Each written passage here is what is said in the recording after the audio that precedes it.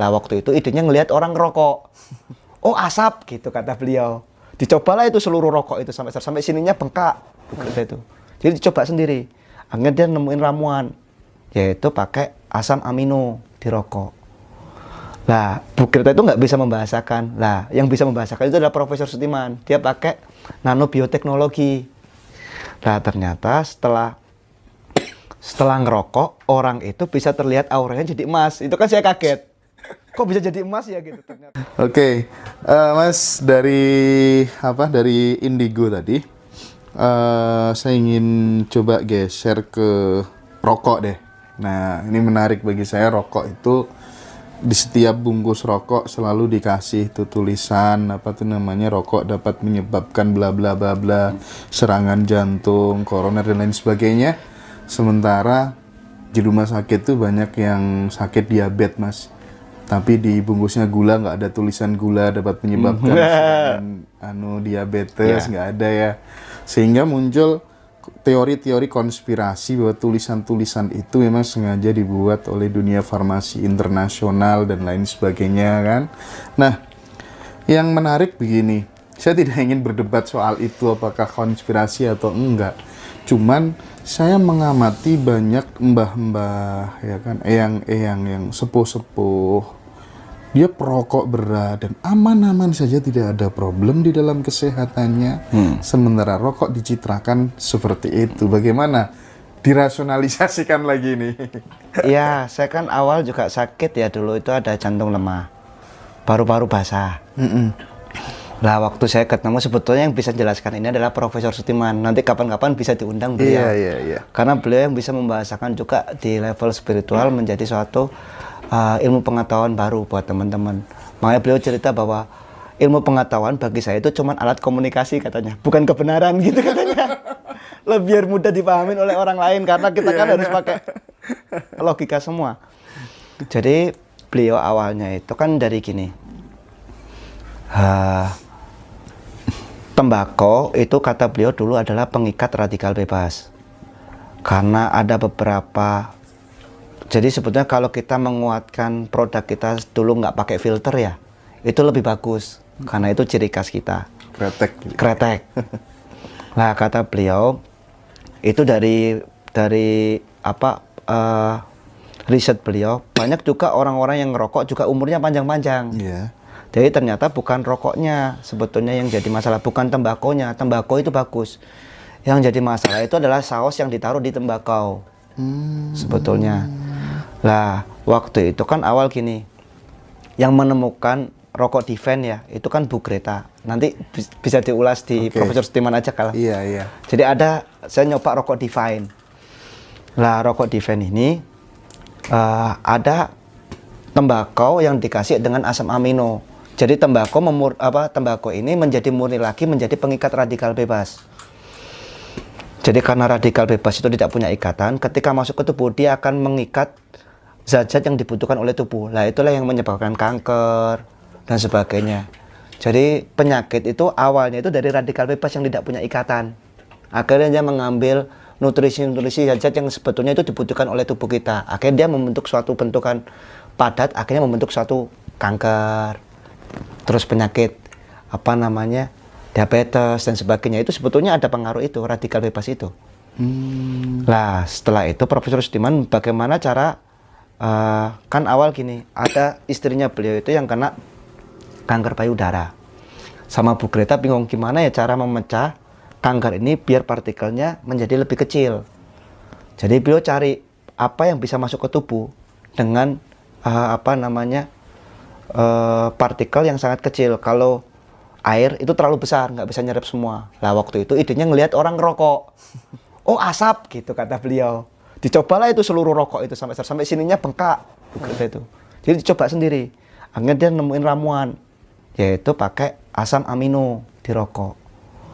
Lah Bu Greta itu nggak bisa membahasakan. Lah yang bisa membahasakan itu adalah Profesor Sustiman. Dia pakai nanobioteknologi.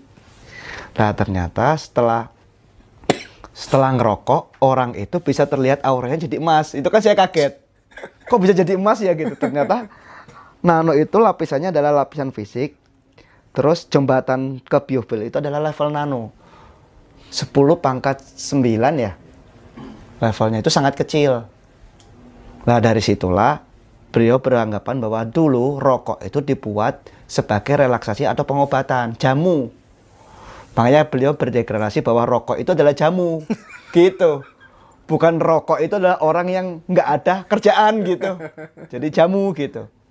Dan saya sendiri ngerokok itu biar saya juga bisa mengamati nafas saya gitu. Sebetulnya cuma itu.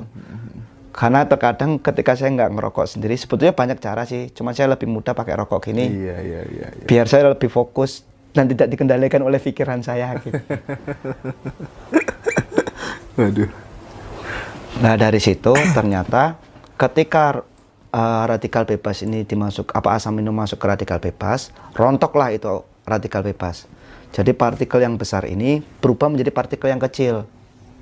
Nah cara ngeluarinnya gimana gitu? Profesor Sutomo itu mikir gitu. Akhirnya pakai tembaga, plat tembaga itu ada di klinik Balur. Jadi beliau buka klinik itu rumah sehat.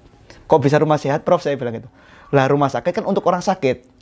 Lah ngapain udah sakit masuk ke rumah sakit, harusnya masuknya ke rumah sehat gitu, biar dia keluar jadi sehat gitu, katanya beliau. Masuk akal. Oke. Lah juga saya pernah bertemu dengan beberapa orang. Jadi ada satu frekuensi tertentu ketika orang ngerokok orang dulu itu dia bisa mengakses kesadarannya pada frekuensi tertentu.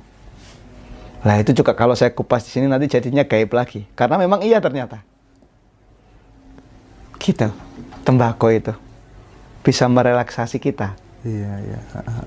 Jadi kalau misalnya mas-masnya ini rokok ya, tapi pikirannya, halah nggak mungkin rokok terus menimbulkan penyakit. Iya, nggak akan itu kena penyakit. Iya. Jadi sebetulnya kan yang paling utama itu adalah mindset, pikiran. Pikiran itu mencipta ya, Mas? Iya, dia membentuk. Jadi makanya kan sebetulnya pikiran ini bukan jelek. Pikiran itu anugerah yang luar biasa yang diberikan oleh pencipta kita. Kayak misalnya saya ngobrol dengan Mas Indra, saya menggunakan pikiran, bukan digunakan oleh pikiran ya. Beda ya. Kalau orang digunakan pikiran, saya duduk ini, pikiran saya melayang kemana? Enak ini saya di rumah, enak saya nongkrong gini-gini. Itu pikiran melayang. Tapi ketika pikiran itu digunakan, itu pikiran untuk digunakan untuk beranalogi. Jadi pikiran itu adalah salah satu jembatan untuk kita bisa berinteraksi. Tapi kalau kita tidak bisa menggunakan pikiran, kita akan dikendalikan. Makanya pikiran itu cuma bisa bereaksi ketika ada objek, ada subjek, ada baik, ada buruk, ada benar, ada salah, ada hitam, ada putih. Itu pikiran. Makanya pikiran tidak bisa memahami kesejatian. Makanya konyol ketika orang itu mencari jati dirinya lewat pikiran. Nggak mungkin. Karena nggak akan bisa pikiran mengakses itu. Makanya saya bilang kalau misalnya masuk ke sana, gunakan akal.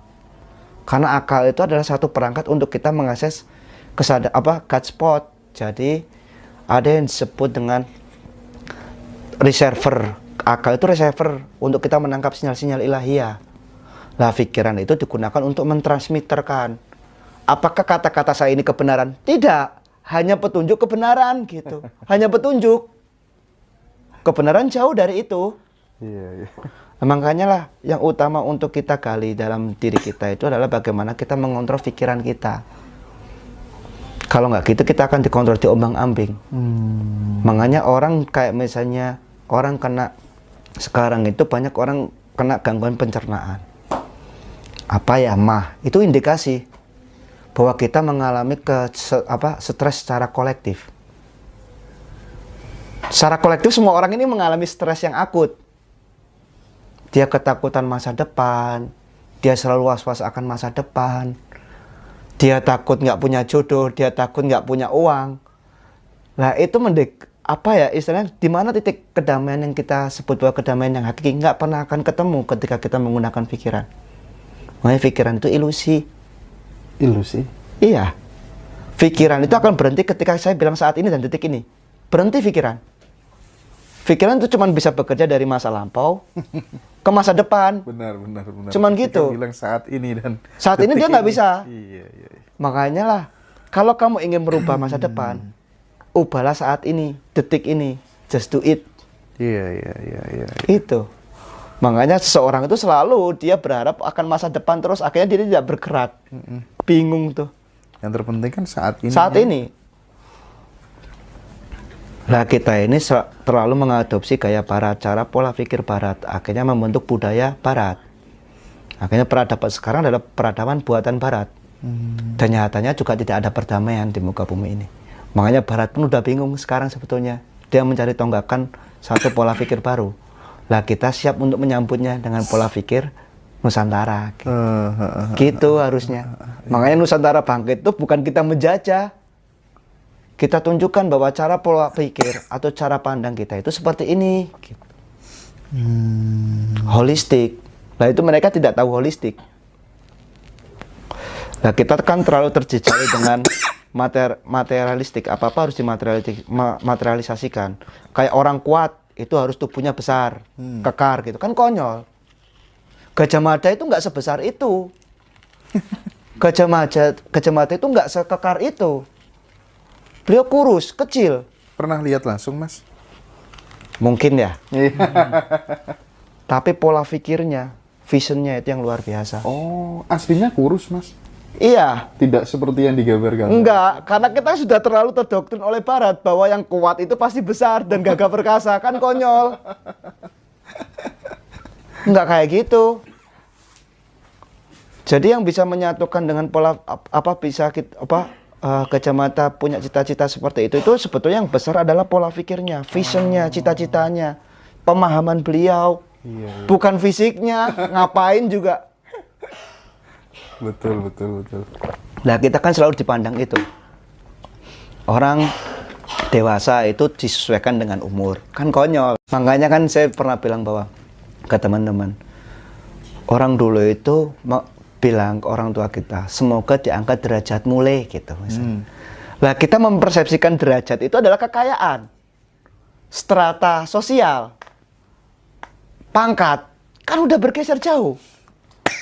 Diangkat derajatmu itu dimanapun kamu berada kamu dicintai. Karena apa? Kebermanfaatanmu gitu. Orang Jawa dulu itu. Iya. Mudah-mudahan jadi menungso lah. Emang sama ini kita nggak menungso. Menungso itu yang apa gitu kan. Kita ini adalah makhluk yang bernaluri hewani. Maka kikislah naluri hewanimu gitu. Nah spiritual itu larinya adalah mengikis naluri-naluri hewani. Gitu. Iya. Jadi sebetulnya proyeksinya ke dalam diri, bukan keluar. Spirit itu tadi. Iya. Makanya kan transformasi kesadaran manusia itu pasti melampaui ini.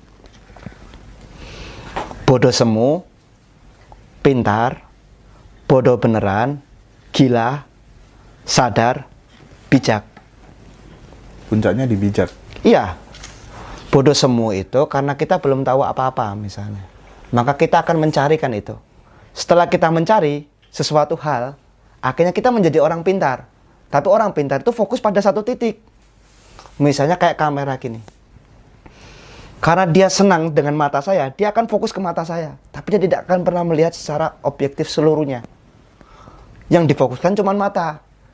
Nah, ketika dia tidak mampu melampaui ini, dia akan terus pintar. Padahal ini pintar ini adalah masih di tahapan nomor 2. Setelah dia memahami bahwa, oh ternyata sangat luas ya. Saya cuma melihat mata gitu. Padahal bentuk keindahan itu adalah kompleksitas. Bukan cuma mata gitu. Sama kayak pelukis ketika dia condong aja ke mata gitu dia ngelukisnya. Ternyata ada porsi yang beda. Hidungnya kok beda ya? Kok tidak sesuai proporsi gitu. Nah kan ada kecenderungan seperti itu pintar. Makanya pintar itu identik dengan licik. Identik ya. Nah, ketika dia tidak mampu melepaskan, dia akan terjebak pada kepintaran. Tapi ketika dia memahamin, dia akan memahamin bahwa dia adalah bodoh beneran. Jadi kita adalah manusia yang bodoh beneran karena banyak sekali keilmuan yang tidak kita pahamin. Nah, ibarat pintar ini menggunakan logika linear, bodoh beneran ini dia berada pada titik jurang yang dimana keilmuan itu sangat maha luas. Makanya saya bilang bahwa percuma kita mengajarin orang pintar. Karena seperti kita mengenalkan samudra pada katak yang berada di kolam. Percuma. Kalau dia senang di kolam aja gitu. Kita cerita soal samudra ya akan ditolak. Benar. Padahal keilmuan itu seperti samudra. Spiritual itu seperti samudra. Tekuk sedalam-dalamnya kamu tidak akan pernah merasa bosan. Karena akan semakin indah, semakin indah, semakin indah terus. Nah inilah di tahapan bodoh beneran. Maka dia akan melakukan suatu pola pikir yang out of the box. Yang dianggap orang lain aneh, nggak masuk akal. Lah itulah dia mulai berpikir intuitif. Mulai dia bisa beranalogi. Lah setelah dia terbebas dari bodoh semu, dia akan pada tahapan gila itu tadi. Nah setelah dia gila, baru dia akan sadar. Sadar ini dia sudah bisa membahasakan dengan bahasa. Walaupun banyak orang yang tidak memahaminya, tapi makna esensinya bisa diterima oleh semua orang. Baru dia beranjak pada bijak. Bijak itu adalah seni membawa kebenaran. Jadi benar aja tidak cukup. Misalnya gini, jangan ngerokok banyak-banyak, gitu. Intinya adalah jangan merokok. Lah orang bijak itu seperti ini. Kamu kan udah ngerokok banyak, mending dikurangin. Padahal intinya kan tidak boleh merokok, sudah berhenti merokok harusnya. Lah bijak itu adalah seni untuk membawa kebenaran.